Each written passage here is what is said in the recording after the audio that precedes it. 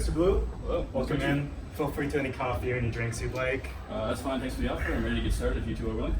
Well, we've been certainly waiting long enough. I'd say I've been ready for quite a long while now. Don't mind him.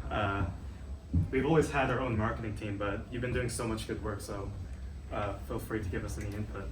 Well, I'm flattered, really. I don't usually work with companies that sell addictive drugs to adolescents, so it's really an interesting challenge. Usually the companies I work with have good ethical backgrounds and have sustainable practices, so we got the work cut out for the three of us. I don't appreciate your tone, Mr. Blue. And I certainly don't appreciate your slanderous talk. We do not sell drugs here. You have no right. Dude, calm down. He's only trying to help us out. So with that being said, how do you want this meeting to go through? Alright, let's start by talking about your multitude of marketing issues. For starters, like I said, you've been pushing your product toward adolescents. You have a Times Square billboard featuring attractive young models sampling Juul products at festivals and nightclubs. A study done by Stanford researchers suggests your ad campaigns are youth-oriented. In some ads, for example, you show guests trying to use Juul products and posting selfies on social media. On top of this, you purposely name your products to be appealing to kids by giving them fun and fruity names such as Cool Cucumber, Iced Mango, and Creme Brulee. Clearly, you haven't done your research, Mr. Blue. We have made great strides to fix this problem, like changing pod names from Cool Cucumber to Cucumber, and we've stopped all our youth-oriented advertising. If you didn't come prepared, I would rather not waste any more of our time. I understand that you've been forced between a rock and a hard place due to scrutiny, Mr. Monzes. We haven't done anything to actually address the issue at hand. The number of middle and high school students using e-cigarettes rose to 3.6 million in 2018, up by 1.5 million from 2017. Try to remember where you came from. Why did you start this business in the first place?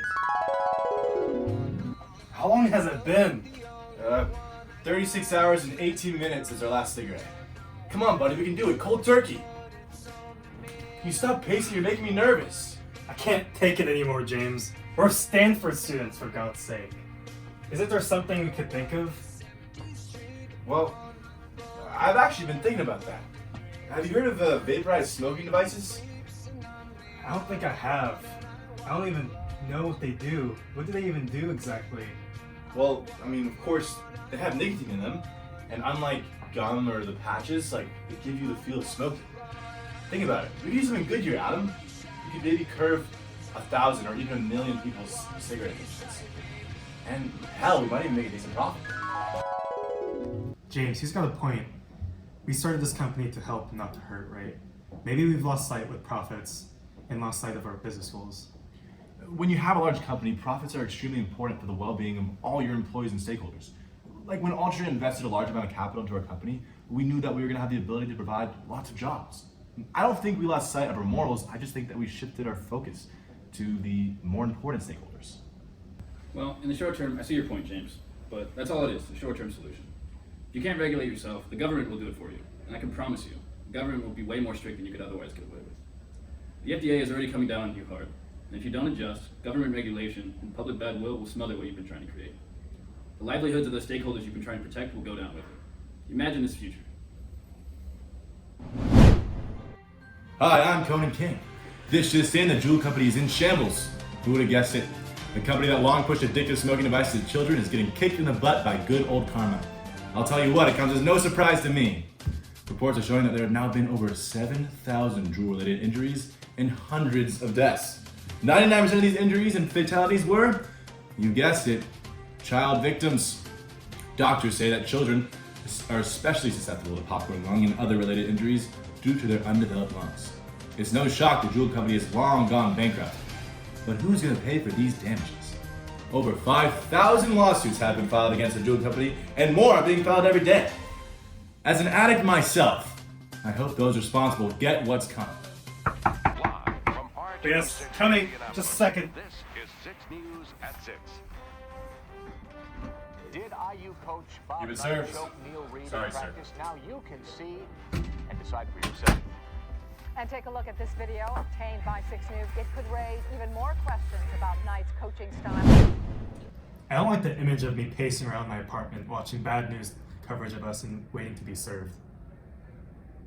We still have time to avoid that, Adam. Juul can work as a solution for smoking addiction. It worked for you two. If you can focus your funds on scientific research, perhaps you can create a plan for your users to follow and rid themselves of their nicotine addiction rather than enable them. Yes, I like where you're going with this. If we're going to get back to helping people, we'll also need to target our advertising at the people who need our solution, rather than the group that will give us the best numbers. If we show people that we can be responsible, then they might realize the good we can do for people. I'm still not completely convinced, but maybe I can admit that the money blinded us a bit.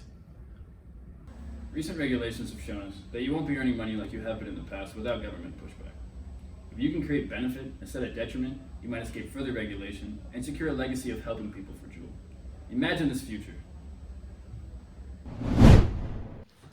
Hi, I'm Conan King. I don't usually give personal notes on this broadcast, but today I've been given the privilege from my broadcasting team to speak on a topic that is close to my heart. See, up until 2 years ago, I had a serious smoking and nicotine addiction. I couldn't come on this program without smoking a cigarette, and sometimes I smoke up to a pack a day. However, a company that is very special to me and millions in America helped me overcome my addiction. And today I'm not only cigarette free, but I'm also nicotine free. I think I speak for many adults across the country when I say, thank you. Thank you, Juul, for all you've done to make this world a better place. With their fantastic rehabilitation methods and centers and the smooth transition from cigarettes to vape devices to nicotine free, many Americans like myself have become much healthier individuals. It's fantastic what this company has done. The fact that it's gone global and is starting to positively impact people around the world is incredible. In other news, Time People of the Year has been announced. And to no one's surprise, you guessed it, the Juul founders.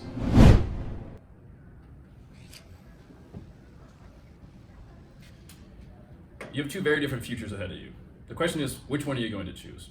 On one hand, you can get your money while you can and let Juul continue into its downward spiral. Or you can make some sacrifices in the short term to secure the legacy of your company in the long term. Both choices have their pros and cons. You just have to decide what is a priority to your company. I submit, Alex, it's clear that there's only one option. Any money that we would make in the short term would just be erased, fighting indefinite legal actions. Or even worse, the government could increase regulation, making it more challenging for us to even do any business.